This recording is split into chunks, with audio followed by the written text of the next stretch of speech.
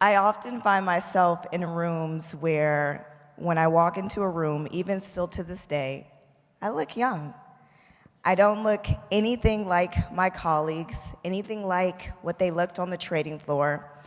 And I can safely say that my journey to the New York Stock Exchange and beyond was not anything that I would have ever imagined. I'm a small town girl from Georgia. Hello. A small town girl from Georgia that the day that I graduated college told my mom, yeah, I'm moving to New York. At the time, I was studying genetics.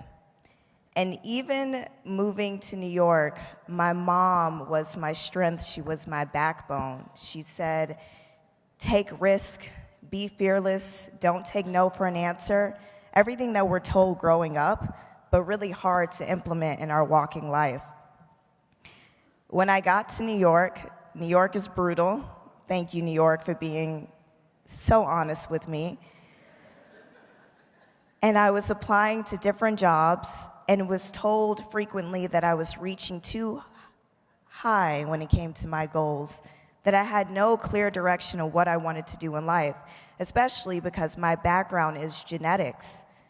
I as well did not choose this path, did not think about going into finance, but by the grace of God, through the power of networking, I was able to meet Richard Rosenblatt, the head founder, CEO of Rosenblatt Securities at the New York Stock Exchange. And within 5 minutes of our interaction, he hired me on the spot. Rosenblatt often has spoken about the reason that he hired me was because there was someone way bigger than him that put me at the New York Stock Exchange. There are people that live their entire lives in New York, never get invited. And so who was he to tell me, no, I won't hire you? Of course, ultimately, the job wasn't mine. I had to take the infamous Series 19 exam that had a 20% pass rate. And I leaned into that. But I think for me, one of the best advice that I've ever been given was, especially working in a male-dominated space, you have the job, you're here. Now, when you walk into a room, are you going to coward? Are you going to hide behind your colleagues? Because let me tell you something, this is what Rosenblatt told me. People are going to notice you regardless. You are walking into a room, a white, male-dominated space, as a young black woman, have something to say at all times. And whether I was prepared for that or not, I made sure that every room that I walked in, even if I didn't believe it, I had something to say. And because I was able to walk with that strength, that fearlessness, I was able to walk into rooms and spaces believing in Lauren Simmons. Being a disruptor is not easy by any means, and it's a lot.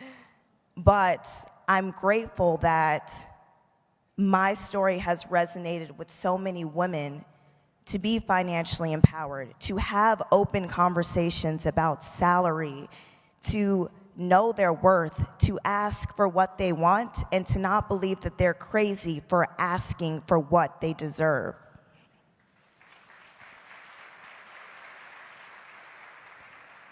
And so while I never believed little Lauren would ever be here today, I'm grateful that I took the risk, that I used my mom's black girl magic, her fearlessness, to help me identify who I want to be, who I want to show up in this world.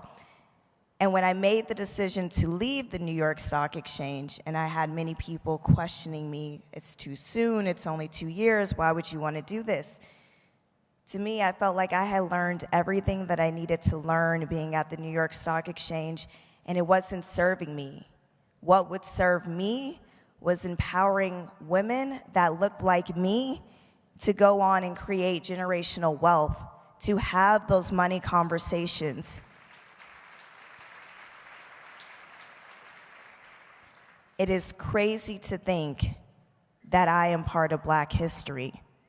I don't really know what that means, if I'm being honest, in this present moment, but I will look back at this moment in my life and realize that I have made a change. And even if I impacted one person in this room today, I have done enough.